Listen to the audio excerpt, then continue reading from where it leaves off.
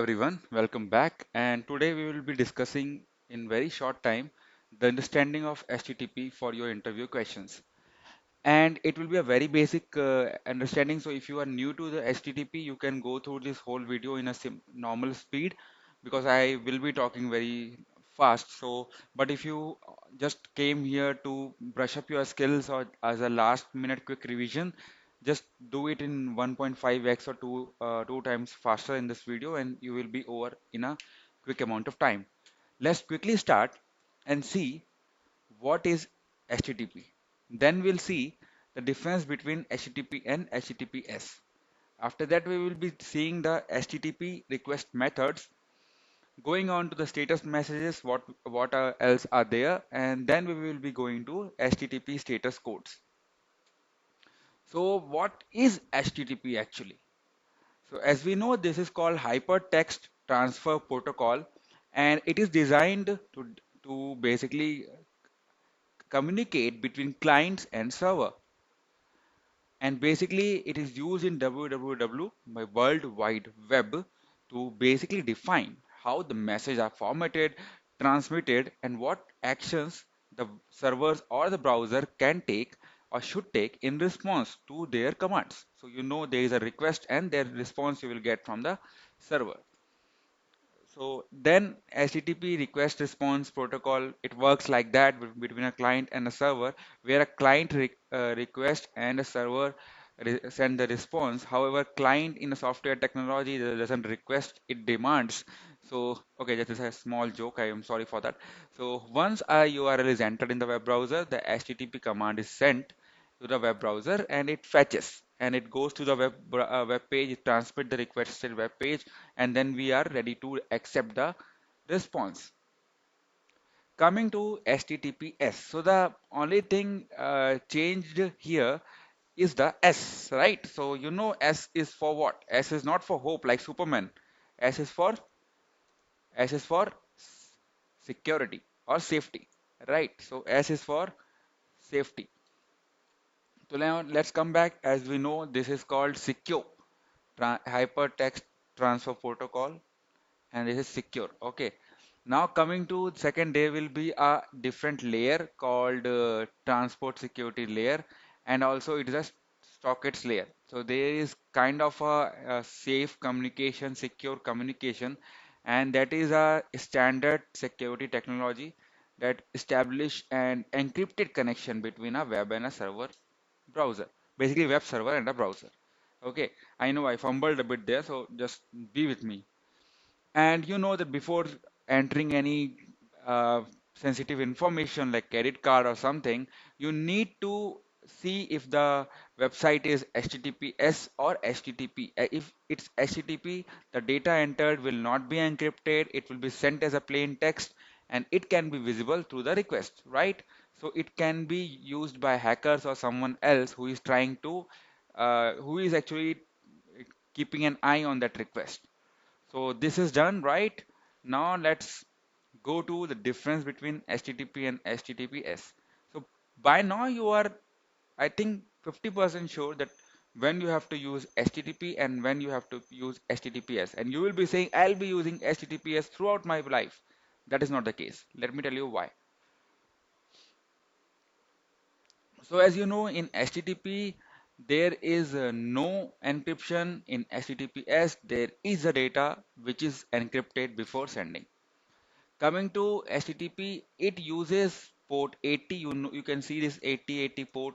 You will be seeing this 8080 port, okay? And then this one uses port 443 HTTPS. Coming to the simple one, that it is secured and it literally has a word secure. So you know what is who, which one is secure and which one is unsecured, right? Then you know in HTTP we don't provide any certificate, SSL certificate, but in HTTPS it is required that you have an SSL certificate. So there are certain authentication and authorization which you have to perform. Then it is very simple. I don't want to reiterate over it. Coming to this one, that this HTTP and HTTPS, what happens? Suppose there is a hacker. Okay, If your password is this, like mine, I am not this noob, but I'll just tell you that this is my password for now. So it will go like this. He will see the password in HTTPS where it will be a hexa or basically a hash code. So the password cannot be read by the hacker. Okay, it's very simple example. I don't want to confuse you or give you any extra information. Now let's talk about the request methods. You will be dealing with this when all the web service calls. So please pay more attention to it.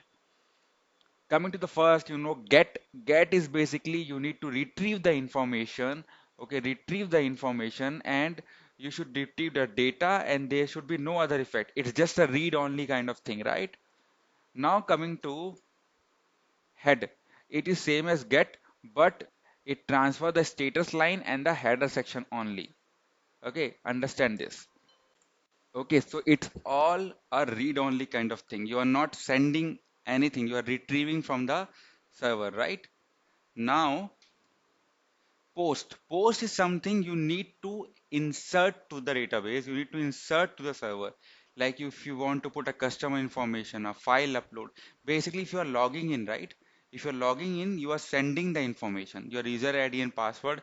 It should be post, okay? Because it will send a response that yeah, it is right or wrong, right? You are posting something, basically you are sending something from your side. Then put will be a kind of you can say put as a post method, but it is generally used to update anything.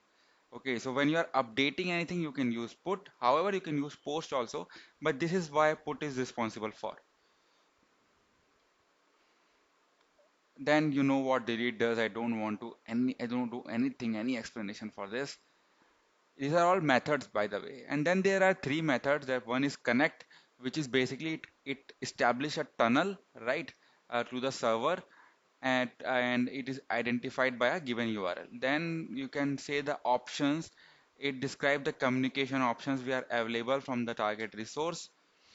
And then there is a tracing. You need to trace it actually. So it performs a message loopback test along the path of the target resource. So it is also nice. Tracing is actually you will learn more on the database side.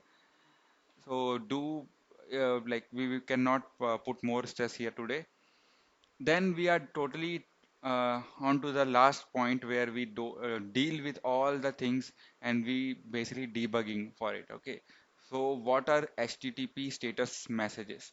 So it's basically a version of HTTP protocol which they follow, and it is HTTP headers, the values that are found in request and response. Okay. Optionally is a body containing the fetch resource. Then there will be a status code which will identify that what happened with the request, and then will be a message will say okay, what is the description of that status code. So let's just jump right into it. Okay, we have jumped, we have flipped our page. Come on, let me flip my page. Yeah, so this is what it is. I told you right before. So this is the HTTP response. Okay, so if I am telling you right now, it is a response, and this is the header which contains the version. This is the version. This is the status, is the status message, and this is the body. This is optional totally, and this is the header.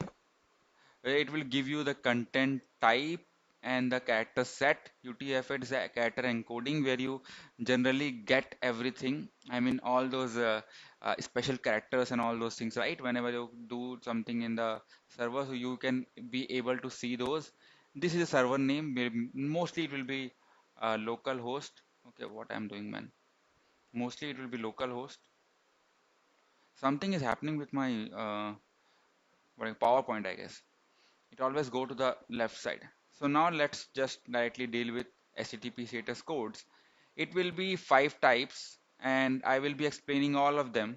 So the informational response, successful response, redirect response, client error response, and basically server errors. So let me tell you is basically IRCTC. I called it ISRCS. Kind of same thing. So you can remember it. So the first thing we'll go with the is informational responses. So the first one will be continue. It will be basically the server has received the request headers and the client should proceed to send the request body. So you got the headers and you can proceed to get the request body too. Second is switching protocols, that is called 101. And here the requester, basically the client which asks server to switch the protocols. You generally you will use no you will not see all these things. It is basically a very inside of thing like checkpoint used to use in the resumable request proposal to resume aborted put or post request, right? Then successful responses is that is the one which you will be seeing and you will have a happy face after seeing this. It means everything is done, everything is correct. 2201 you will see that requests have succeeded and a new resource has to be created as a result. Then you will see 202, it is called as accepted. It is saying result has been received but the it has not been acted upon. Then we go to 204, that means the content is not there, indicate that there is no content to send for the request, but the header may be useful. That means there is no body, nothing at all. Then going to 205, that means it alerts the user agent to reset the document which sent this request. Okay. Now coming to the redirect ones, it's 300s and further down. One is here a multiple choice is basically a linked list. The user can select a link and go to that location, maximum 5 address. Then 301 is moved permanently. That means the requested page has been moved to a new URL.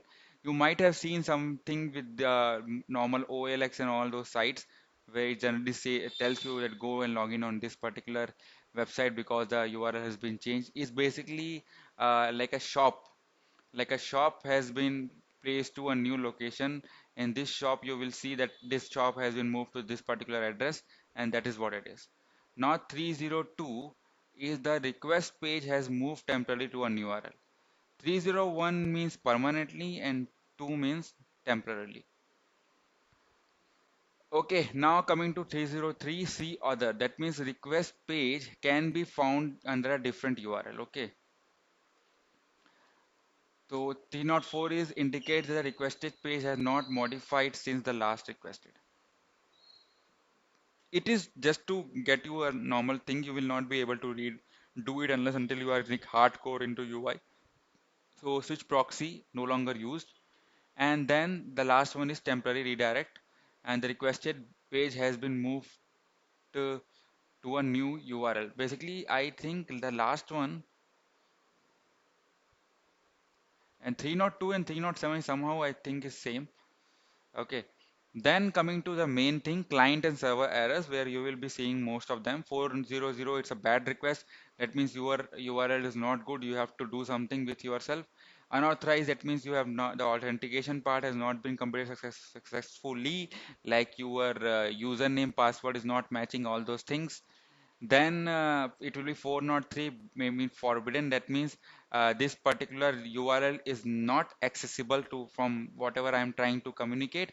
But unlike 401, even if I have authentication or not, it will be still be 403 to me. Okay.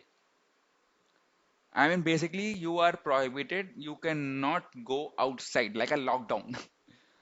And then going to 404, you always know 404 is what? It cannot be found but may be available in the future. And 405 is the particular method you are using in that particular instance is not allowed. Basically, if you see, if you want to do something and retrieve something, the post method is only a read-only resource. On a read-only resource, you cannot do. Basically, you cannot insert, update anything where you are just selecting. Okay, like 409 conflict indicate that the request could not be processed because of conflict in the current state of the resource, such as an edit conflict between multiple simultaneous updates. Like suppose you are editing a user info and some other person is editing the same user info at the real time, then this conflict maybe arises.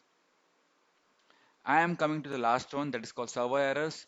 You know 4500, that means server has encountered a situation it doesn't know how to handle and it will go down. Not down, basically it will throw error. and it will say 501 not implemented. That means you are sending a request which is not even supported by a server or cannot be handled.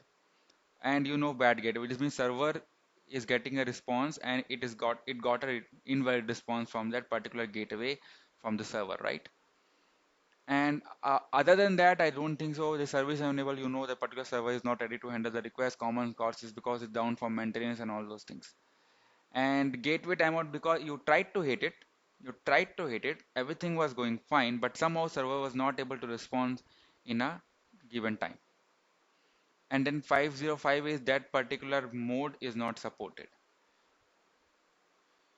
And I think 510 is not extended, like further extension to this request are required from the server to fulfill it. And 511, that means network authentication required.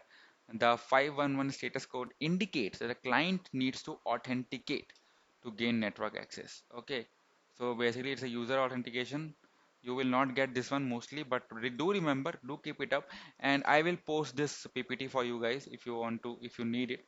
And I think that's it from my side. I hope you liked it. I know it's a bit like lengthy and no proper like introduction or something has been given to you, but it was very short and sweet video, and I hope you liked it. If you do liked it, please give it a thumbs up, and that's it. Bye bye.